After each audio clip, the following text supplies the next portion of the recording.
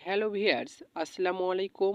আশা করি সকলে ভালো আছেন। শুধুমাত্র এক ক্লিকে আপনি আপনার প্রিয়জনের ছবি এবং আপনার ছবি দিয়ে এরকম ফটো এডিটিং করে ফেলতে পারবেন শুধুমাত্র এক ক্লিকে।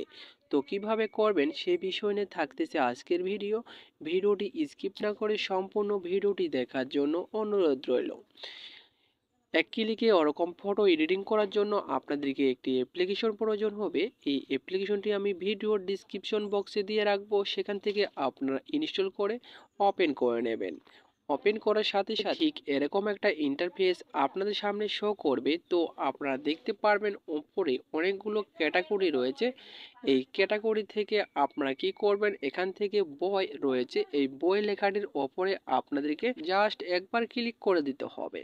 ক্লিক করে দেওয়ার সাথে সাথে আপনাদের সামনে এরকম একটা ইন্টারফেস চলে আসবে। তো আপনাদের কি করতে হবে, একটু স্ক্রল করে আপনারা নিচের দিকে চলে আসবেন। স্ক্রল করে নিচের দিকে আসার পরে আপনারা দেখতে পারবেন এখানে একটি ফটো রয়েছে। এই ফটোর ওপরে জাস্ট আপনাদেরকে একবার ক্লিক করে দিতে হবে। এখানে আপনাদেরকে আপনার প্রিয়জনের ছবি এবং কি আপনার ছবি অ্যাড করে দিতে হবে।